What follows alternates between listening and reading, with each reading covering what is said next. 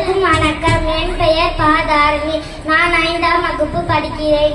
நான் கூறப்போகின்ற கதையின் பெயர் ஏமாந்து போன பெண். ஒரு ஊரில் ஒரு பெண் துணி காயக்கும் போது அந்த போர்வை பறந்து போய்விட்டது. அதை எடுக்க போகும்போது அங்க ஒரு அரண்மனைக்குள் போய்விட்டது. அந்த அரண்மனைக்குள் போகும்போது அதுக்குள்ள ஒரு காற்று தேவதை இருந்தார். அந்த காற்று தேவதை வாமா மகளே, நான் உன்னை வர வைக்கிறேன் அப்படின்னு சொல்லி அங்க ஒரு இனிப்பாக இருக்க தின்றதுக்கு கூட்டு போனான். அவ வேணாம் அப்படின்னு சொல்லிட்டா. அதுக்கப்புறமா அவ இன்னொரு பெட்டிலாம் இருந்தது. அந்த பெட்டிலாம் இருந்தது. அது சின்ன பெட்டி, நிறைய பெட்டிலாம் இருந்தது. அவ இதுல நீங்க திறக்க கூடாது, உங்க வீட்டுக்கு போய் தான் திறக்கணும் அப்படின்னு காற்று தேவதை சொன்னான். அப்போ அந்த அந்த அந்த பொண்ணு அந்த சின்ன பெட்டி எடுத்துட்டு வீட்டுக்கு போயிட்டா. வீட்டுக்கு போய் திறந்து பார்க்கும்போது அது போர்வை மேல இருந்தது.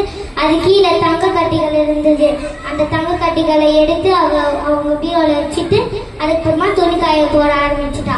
அதுக்கப்புறமா இன்னொரு பொண்ணு, அது பாவனான்னு ஒரு பொண்ணு பார்த்துட்டு பேராசை பிடிச்சவ அவ அதே மாதிரி அவ போர்வைய வேணுமிட்டு அப்படியே அந்த அரண்மனைக்குள் போட்டுட்டு அப்படியே எனக்கு என்னோட கோபமாக கேட்கிறா, என்னோட போர்வை உன் வீட்டிற்குள் வந்தது, எனக்கு அதை திருப்பி கொடுக்குறியா இல்லையா, இல்லை நான் அதை ஏற்றிடுவேன் அப்படின்னு சொன்னது. நான் ஃபர்ஸ்ட் இனிப்பாக இருக்கிற அறைக்கு கூட்டு போச்சு. அந்த காற்று அவர் சாப்பிட்டா, ஃபுல்லாத்தையும் சாப்பிட்டு வச்சுட்டா. எனக்கு வேண்டாம் அப்படின்னு சொல்லாம. அதுக்கப்புறமா அப்புறமா பெட்டிலாம் இருந்தது. அங்க கூட்டு போய் பார்த்தா அந்த பெட்டிகள்லாம் இருந்ததுல, அந்த பெட்டியில நிறைய வெயிட்டா பெட்டி எடுத்தா. அந்த பெட்டி வந்து பெருசா இருந்தது.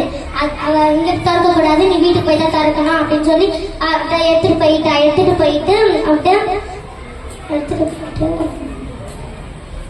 அவங்க வீட்டுல வச்சு பார்த்தா செங்கல் கீழே இருந்தது, மேல அவளோட போர் வந்தது. அவதான்